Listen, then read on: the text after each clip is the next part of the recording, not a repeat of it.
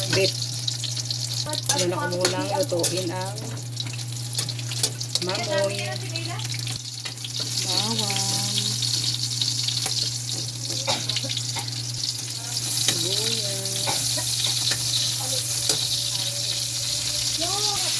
Ayan, nilagyan ko siya ng alamang. Yan ang aking pang-alat. Para hindi natin siya lagyan ng asin. Diba? Lutuin ko muna yung alamang before ko ilagay yung gulay. Hindi natin sa gulay.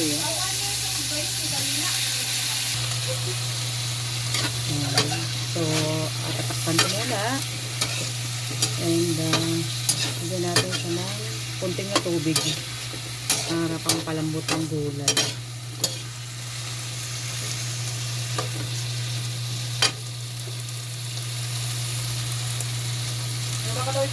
Pupunta ka dyan kay Lamaya? Bagay ko may nanay o bagay sa ito. Oo na, pangaisin pa. Ayan. Ito na.